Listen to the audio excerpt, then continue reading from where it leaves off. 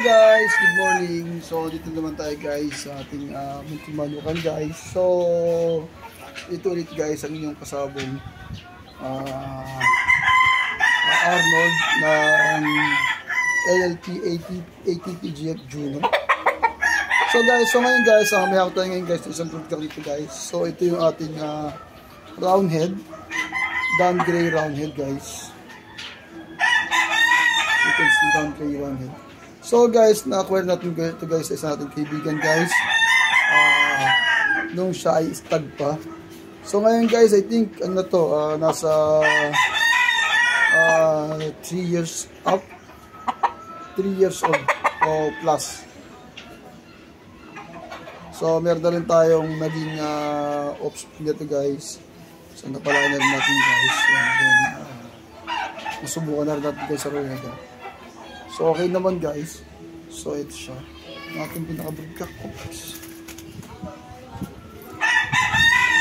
So ito ating pinaka-broodcock. Ang ating Dan Gray roundhead.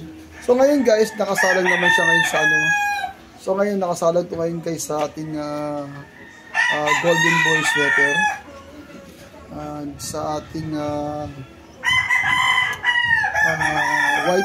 white bullet. So, itilas namin siya sa ating bulik para makita natin kung may mga pagbabago sa game. Kasi guys, yung FYI guys, yung aming mga bull dito guys ay nakakross sa Black Hat. So talagang, ano sila, racer. So kung minsan, so kapatid ng kalaban, maisahan pa, talo pa. So ngayon guys, nag-upgrade kami ngayon guys sa aming bulik ngayon guys para magkaroon siya ng talino tsaka yung gameness niya. Mas maganda. Kasi guys, yung ating Black Hats talaga, napakagaling guys ng Black Hats. Talagang unlipit. Kaya lang, racer sila. Patay kung patay. Kaya yun, minsan nasisilat pa, panalo nasisilat pa. Ganun.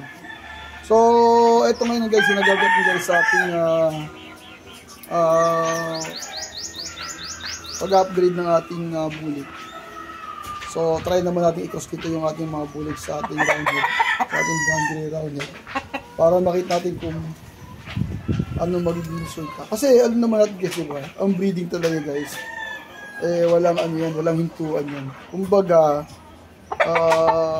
true breeding, dyan tayo nag-develop ng iba't ibang lahi ng manok. So, upgrade. So, yun. So, nag-upgrade tayo ng lahi ng manok through breeding. Yes, experimental siya. Kaya lang, kailangan talaga guys, mahaba pasensya natin guys pag nag-breeding tayo. Kasi, trial and error yun. Hindi naman yun sa isang breedingan lang. Okay na kagad, click na kagad. So, ngayon, yung na-try namin na binreed namin sa aming Black Hats, yung aming bullet. So, magagaling sila. Magaling talagang unfit sila. Kaya lang, mostly, medyo hindi maganda yung result. Medyo lamang sa talo. Kaya, nag-upgrade kami. Nag-upgrade na pala. Sorry.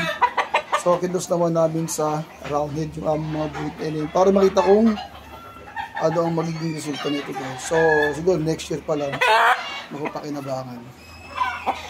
So guys, again guys, ito ang aking Dan Gray roundhead na broodcock. Import lang. Ang na-acquire natin sa ating kaibigan guys. Dan Gray roundhead ng LLP ATPGF Juno. Alright guys, maraming salamat guys sa pagsama nyo sa akin guys. Ang bagay ito guys. So hanggang sa muli guys, nawa ay marami pa tayong ipanalo guys na gawin guys. Ayun guys, good luck sa ating lahat guys sa ating healing. Good luck sa ating mga passion guys. Okay, salamat guys. Hanggang sa muli. Thank you po.